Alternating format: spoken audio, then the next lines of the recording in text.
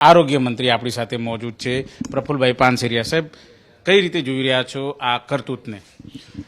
પહેલાં તો હું દરેક વ્યક્તિ પરિવારજનોને વિનંતી કરું કે આવા લેભાગુ તત્વો પાસે ક્યારેય કોઈ ટ્રીટમેન્ટ કે શરીરની તપાસ કરાવવી જોઈએ નહીં.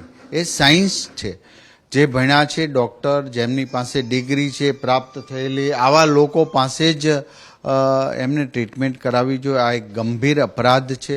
મેં સોશિયલ મીડિયા અને મીડિયાના વિડીયો જોયા છે. એમાં કોઈ દર્દી હોય એમના પેટની અંદર મોટો સૂયો ભરાવી અને બ્લડ કાઢે છે વગેરે.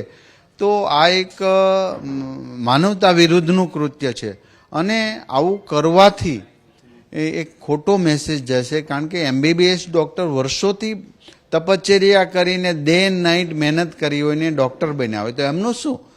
તો હું વિનંતી કરું છું કે આવા લેભાગુ તત્વો પાસે ક્યારેય કોઈ પણ પ્રકારની ટ્રીટમેન્ટ ન કરાવવી જોઈએ. જે કર્યું છે, જો અમને કમ્પ્લેન મળશે તો ચોક્કસ પ્રકારે ઇઝી થશે, પરંતુ કમ્પ્લેન નહીં મળે તો અમે આ જે એમની તપાસ છે દેશદ્રોહી ગુનાની એ પૂરી થતાં એમાં પોલીસને અમે અત્યારે ડિસ્ટર્બન્સ નથી ઊભું કરતા, પરંતુ એ પૂરું થયા એટલે તુરંત જ અમે અમારા વિભાગ દ્વારા તપાસ કરીશું.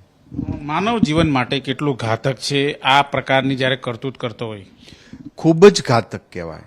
જે ભણ્યા જ નથી, જેમની પાસે કોઈ નોલેજ નથી, જેમની પાસે શરીર વિજ્ઞાનનું નોલેજ નથી.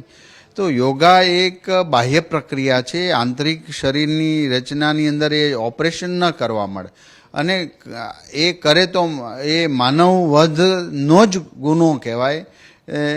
આવા લોકોને માફ કરવા જ ન જોઈએ, આવા લોકો પાસે જવું જ ન જોઈએ. જે ડિગ્રી ધારક ડૉક્ટરો છે, જેમની સ્પેશિયલ માસ્ટરી છે, આવા લોકો પાસે દવા લેવી જોઈએ ને એમની પાસેથી જ સર્જરી કરાવવી જોઈએ.